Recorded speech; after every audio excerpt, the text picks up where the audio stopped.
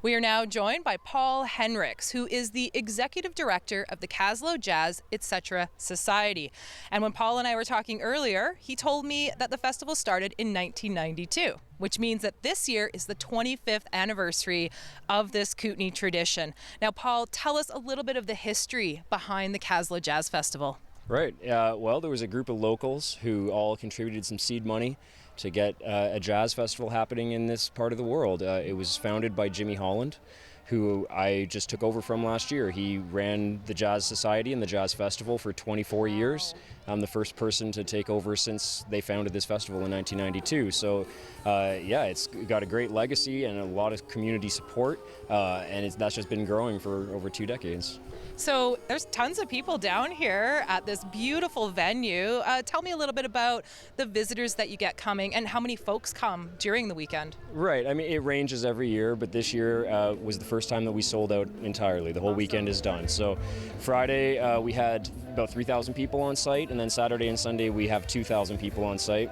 And that's really just, we want to give everybody space to spread out their blankets and have their kids running around and make it comfortable. So yeah, it's very full. We get people that come from all over Western Canada, Western US even. We can track our sales and we see California, Oregon, all the way up to the Yukon. And it's such an institution in the festival circuit that people, it's on their radar and they come to support this festival. So a lot of it is local. A lot of Kootenai people are definitely behind this festival, but then we get a ton of tourists as well. So speaking of Kootenai folks behind the festival, tell me a little bit about setup for the event and how many volunteers do you have that come together to pull this off? Right, yeah. This year we have 300 volunteers.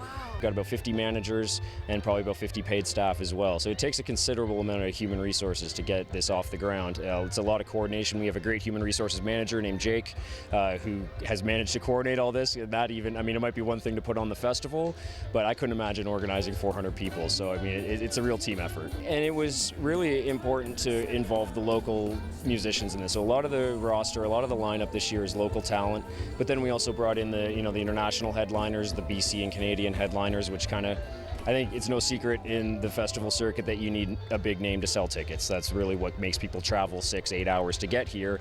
But at the same time, the Kootenays has a real depth of amazingly talented musicians. So it's important to us that a lot of that roster that people are enjoying right now are local, and that the people that do travel here get to experience what's happening in our area.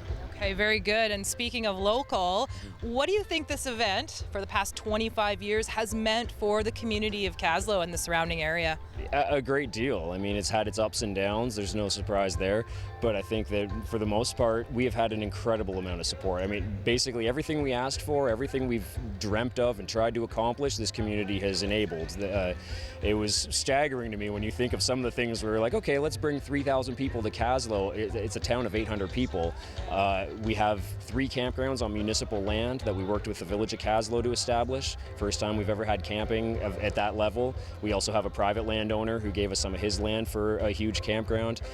So everybody has stepped behind this, from the village down to the residents that are volunteering. It's been amazing. Awesome. Okay, well, thank you very much for your time, Paul. Thank you. Yeah, thanks for coming out.